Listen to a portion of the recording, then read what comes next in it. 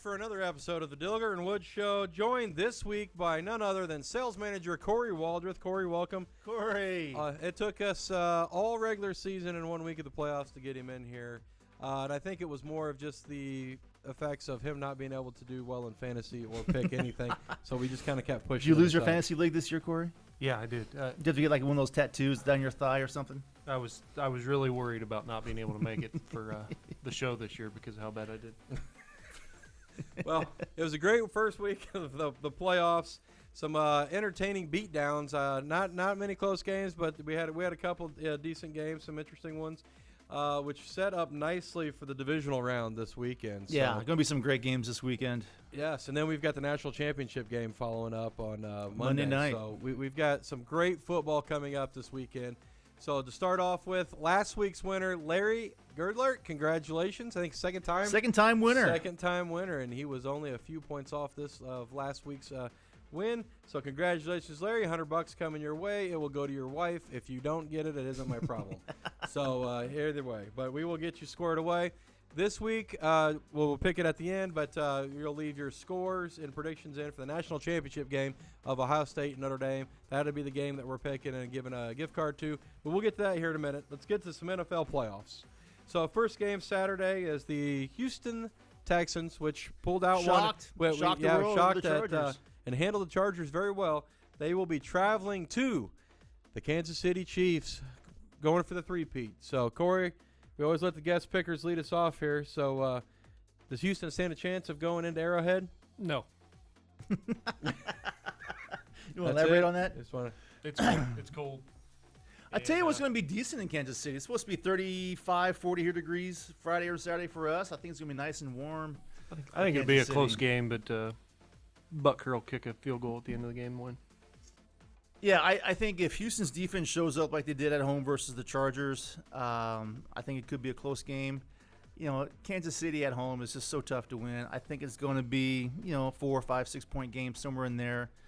Mahomes, you just can't stop him when he gets on the home field advantage. So I think Kansas City wins, but in a semi-close game. It'll be a good game.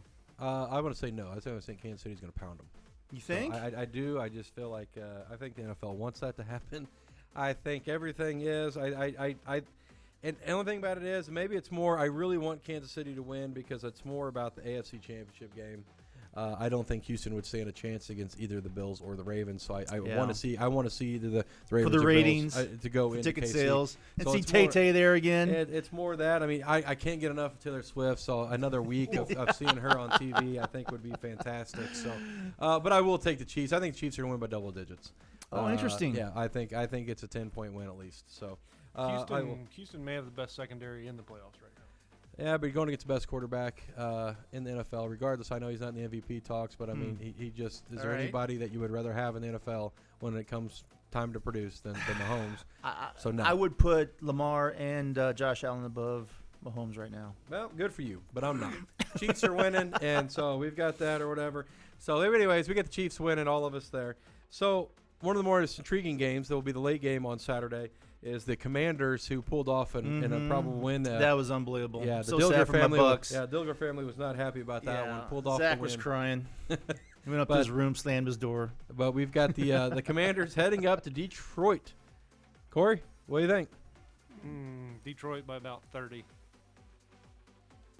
Just that's it. That's it. That's it. All right. You know what? I like this Washington team. Their defense is solid. I think they can go into Detroit, keep it within 7 points. I don't think it's going to be a blowout. I think playoff football is just a little bit different. It's a different speed. I think that Dan Quinn defense is going to bring it.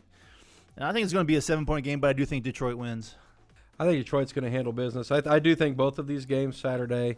I think these are the two blowout games. I think they're both. I think the both home teams are going to win by double digits. I think Detroit's going to send a message, and I think after the nice win they had against Minnesota to wrap up the 1 seed. Yeah. I think the way the Commanders came out, I think Daniel's unbelievable. Has been playing well. I don't think they're going to catch Detroit. Detroit knows what's coming. I don't think that they're not sneaking up on Detroit. And I think Detroit being home, that place is going to be electric. I think they're going to send a message, and I think they're on their way. But, I think I'll take the Lions at home again by double digits. I think Detroit's secondary will lock down Indianapolis wide receiver McLaren. And that's the only person that Washington throws it to, so that's all you got to do. Well, there you go. We'll see. I think Daniel's legs may have something to say about it, but either way, all right. So getting into Sunday, we've got the Rams, who looked unbelievably awesome. Their defense was fantastic in shutting down the Vikings, heading to Philly to play the Eagles. What do you think there, Corey? Tough game. I think the Rams will take it, and 6 points. Think the Rams by 6. Yeah, I like the Rams in this game. I think their defense is phenomenal. What they did versus Minnesota and Sam Darnold, second youngest defense in the National Football League. They just get after the quarterback, and I think Sean McVay is probably the best offensive coordinator / head coach / play caller in the National Football League. What he does with that offense, Puka Nacua is great. Cooper Kupp is next best. And so I think that he will go in there because I think you watch Philadelphia, their offense is just stagnant. They really don't do much. They rely on that defense to kind of get it going. So I think it comes down to Philadelphia's offensive line versus the Rams' defensive line. And I think the Rams go in there and get it. I think I know the tight end from the Rams, Bigsby, is beat up a little bit. Higbee, sorry. Had a chest contusion. Yeah, so I don't know his status. Now I will throw this at you. So the Rams and Eagles played earlier this year. Mm-hmm. Saquon Barkley, do you have any idea what he did in that game? I don't remember. 225 yards and 2 touchdowns. Absolutely destroyed the Rams. Pretty early on, though, right? And it was early on in the season. This one is the toughest game. Honestly, the toughest game for me to pick even over the Ravens Bill. I think this is the toughest game because the Rams have huge momentum and they're playing great. And I love Matt Stafford, where I don't love Jalen Hurts. But going to Philly outside, I think Philly's gonna. I just there's something there, and I think Saquon Barkley.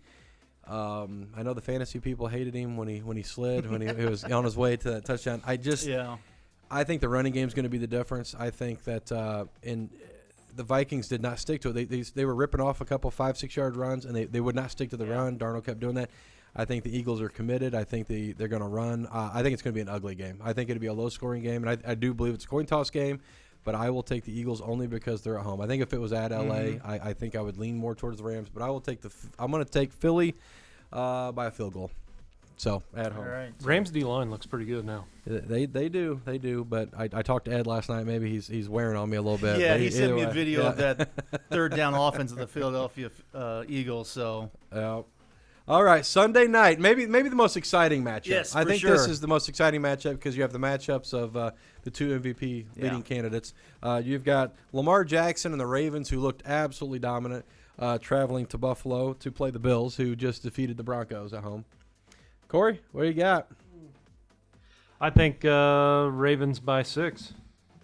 And Everybody's winning by 6 in Corey's world. No, Lions by 30. Oh, Lions by 30. That's right. I got you. And Kansas City by 3. Oh, okay. Thanks. yeah, I think Baltimore has turned the page on what they were kind of built on the last 4 or 5 years, and that was their defense and Lamar running the ball. Now I think with Derrick Henry in the backfield, I think Lamar Jackson's going to be a better passer in this game. And I think it's going to be a great game. I think Josh Allen's running ability and just kind of getting outside the pocket, one of the best quarterbacks outside the pocket and throwing the ball down the field. So I think the Dolphins, or not the Dolphins. All right. Dolphins just are horrible and they suck anyway. I don't know why they popped in my brain. Yeah, so I think Baltimore goes into Buffalo in a great game and gets the victory. Yeah, it once again a tough game, but there's something about I got to stick with it. I picked Baltimore at the beginning of the season to go to the Super Bowl. I got to stick with them. Derrick Henry just looks so good. The offensive line running the ball. I think Allen in Buffalo. It's gonna be tough. It's gonna be. I think there's gonna be a lot of points. It's gonna be a little bit of a shootout. I don't think either defense is dominant. Right. I think Buffalo struggles against the run and smash mouth, and that is I'm not sure there's more of a team set up to go into Buffalo and run than the Ravens. I think the Ravens are just one of the most physically dominating teams that is in the NFL. So I'm going to take Derrick Henry in a monster game. Yeah. And I know they played earlier in the season in Baltimore. It was a blowout. Yeah. I think it's going to be a lot closer. Yeah, than that. for sure. I don't see a blowout happening, but I do think the Bills are going to have to wait another season. Darn. Look at position by position on the Bills and the Ravens. Other than maybe Josh Allen, who are you taking on the Bills over their counterpart on the Ravens?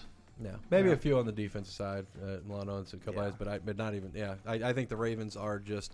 And Zay Flowers, I think it worked out great for him to having last week off. Mm-hmm. So they say they do expect him to play this week. Well, that would be huge. Yeah. Obviously, getting him back, that's Lamar's top receiver. So I want to talk about this. Why do you not see more fullbacks in the NFL? They have basically a sixth lineman in front of a lineman carrying the ball, and they just pound it down people's throats. It's more of the lack of personnel flexibility because you're capped at 53 people on the active roster, and I think 46 are still active on game day. So you have a fullback. What else can he do besides playing fullback? Now, Justin Ustek out in San Francisco is a different type of a fullback, but remember the old Sam Gash days from 20 years ago? Maybe it was just because they didn't have enough fullback face masks like the old school. The old ones? But if you play fullback, what else can you do? Can you be on punt return or kickoff return or kickoff, that sort of thing. So I think the old fullback has kind of gone out to more of a tight end who's probably 6'3", 230, 240 that can play fullback. He can play a tight end. He can be in the slot a little bit more. So kind of go into that hybrid tight end instead of a true fullback. You see it with Henry. That fullback takes out the D-line or the linebacker, and then good luck on the secondary tackle on Henry. Yeah, true. Nobody wants to tackle him. No. 6'3", 245. He's about your size, Corey. Yeah. There you go. Similar physiques. Same strength. Similar physiques for sure. Yeah. All right, so that wraps up our NFL part of it, but the game we're picking this week, once again, final score, whoever gets closest. We've got a huge game, especially for our locals here, that the Fighting Irish and Notre Dame national title aspirations. Battling with a ton of Buckeye fans here, of course, too. Our neighbors, unfortunately, our neighbors to the east in Ohio. So Ohio State, who's absolutely been red hot, battling Notre Dame. So all right, not only do I need the final score, and who's winning, Corey? Oh, I'm gonna go Ohio State, 32-18. Oh, handled. Oh gosh, you could hear the faithful. Yeah, I think Indianapolis kind of stuck right in the middle of these two programs. I can't pick Ohio State. Just kind of like you picking the AFC East games. I just can't pick Ohio State. As a Big Ten guy, you don't root for Yeah, I know. Believe me, it hurts. Because they get money. You're I know. Believe me, I know. Wins. I get it. Believe me, I get it. So I'm going Notre Dame. I'm going 27-24. 27-24. I think Notre Dame's defense can kind of handle the wide receivers of Ohio State. Yep. Because I think Notre Dame's secondary is pretty darn good. I think the matchup of Smith, the red receiver from Ohio State, who's just unbelievable against Notre Dame, and Watts in the secondary, is going to be the key there. I struggle with this one because of watching. I going back to Ohio State, which I know everybody has bad games, and I watch them when Michigan went up and just beat them up, frankly. Yeah. Notre Dame is very similar in terms of the way they play. It's smash mouth football. So I do think that part goes in.